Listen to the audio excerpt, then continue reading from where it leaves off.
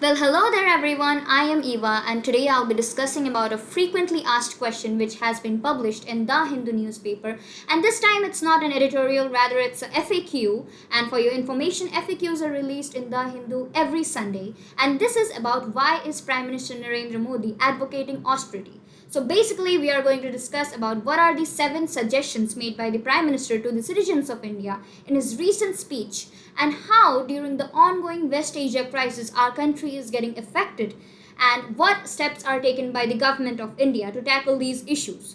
So recently, as we know that the war is going on between Iran, Israel and USA, and it has affected the global security to a massive extent, and even our country India is being affected by it as well.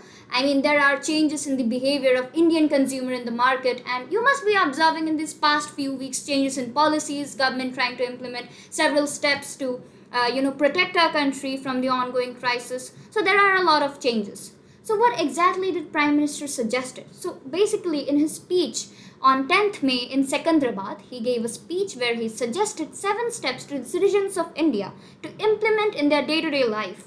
And starting with, he asked the citizens to cut down the use of petrol and diesel. He asked the citizens to use public transports rather than private transport, and asked the people to prefer work from home rather than going to the workplaces, and ask the Indian households to reduce the use of oil in cooking.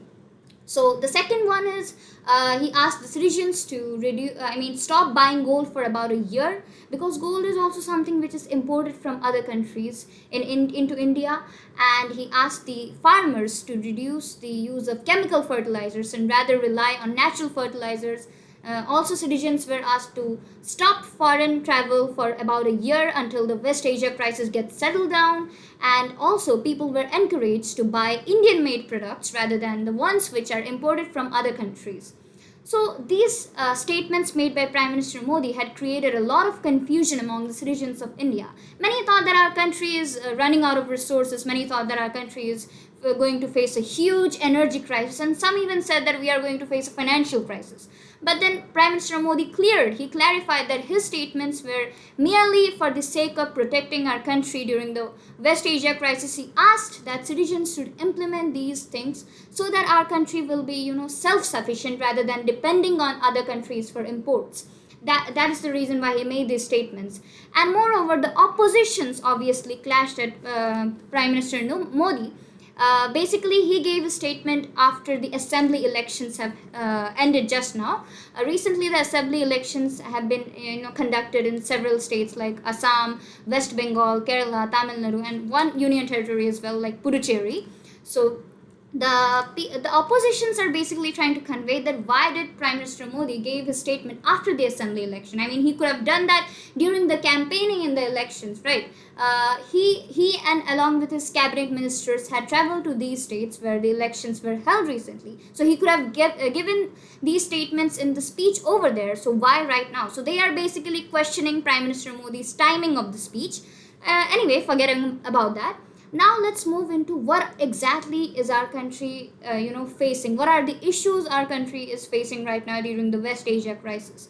So first one, the most important one, is the energy crisis. And this crisis is being faced by almost every country in the world right now, specifically in case of oil and natural gas, as Strait of Hormuz has been blocked by Iran, which is one of the most important strategic choke points of the world.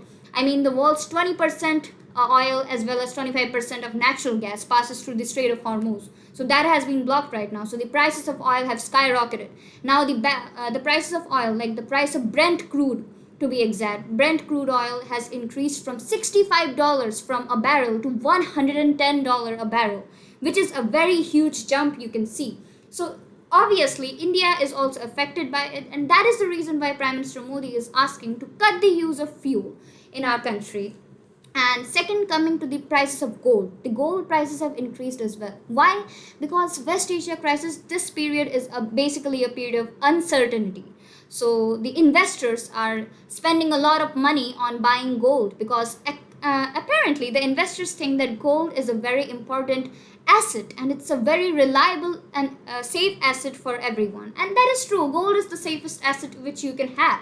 And not only investors, Indians are also spending a lot in gold these days because obviously us Indians have some kind of emotion with that gold metal, and that is why we are purchasing gold in huge amounts. And as we know in economics, basic concept that if there is a demand increase in demand for a particular commodity, then obviously subsequently its price will also increase, and that is the reason why gold prices have increased.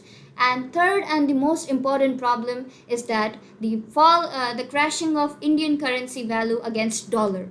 So now currently $1 is equal to 96 Indian rupees. Earlier, last year it was 85 rupees, and recently it was 88.88 rupees, and now it has increased to 96 rupees a dollar. And we never know, it's going to be 100 rupees a dollar the next day. We never know that. So that is also a very big issue which we are facing right now. Even the foreign investors are purchasing a lot of stocks from Indian market in rupees, and they are selling it. But the problem is that although they are selling it in rupees, they are getting the money in the form of dollars. So in this way, the dollar hegemony is maintained in the market. So that is a big issue as well. So these three regions, and another one, most important one, is the CAD, which is the current account deficit. Now, what is basically CAD? So current account deficit means the amount by which the import has increased by export.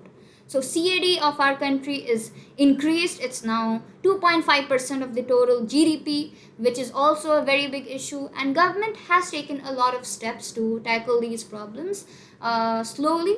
But yeah, some of them are the prices of petrol and diesel has increased by 3 rupees per liter, and the price of CNG has increased by 2 rupees per kg. And along with that, the gold import duty has increased from 9.2% to 18.4%, which is basically the double.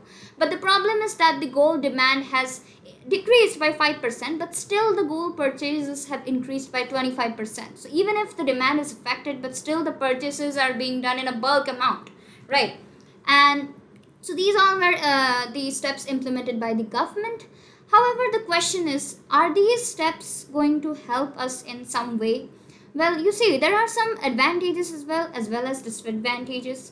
The disadvantages coming to that will say that if the oil prices have increased like petrol and diesel, now practically you think that all work, it's not possible for every work to be worked from home, right? Now there are employees who are bound to go to their workplaces, so they have to face the issue of paying a higher amount of money for petrol and diesel. And besides that, the farmers are encouraged to use natural fertilizers rather than chemical ones. But the problem is that we are going to face a stronger El Nino effect this year, so it's going to affect the harvest as well. So you know that natural fertilizer is not reliable, chemical fertilizer is faster, and farmers are heavily dependent on that, so their production is going to be heavily affected by it.